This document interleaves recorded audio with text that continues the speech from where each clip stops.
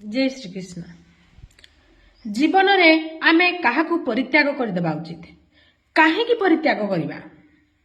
काव्य शास्त्र मानकरे लेखा अछि प्रत्यक्षे प्रियवादिनम परैक्षे कार्यहंतरम वर्जयेता दृश्य बंधुम विषकुंभम पयमुखम।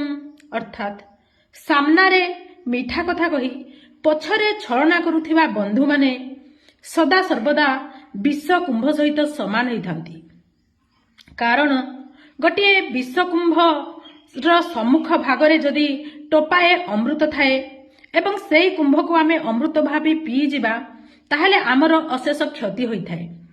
ठीक सेई परी सम्मुखरे मीठा कथा कही पछरे छलना करुथिबा बंधु माने आमर अनेक क्षति घटैथांती। तेणु काव्य शास्त्र मानकरे एमानकु सदा सर्वदा वर्जन करिबा पई कुहा जायछि।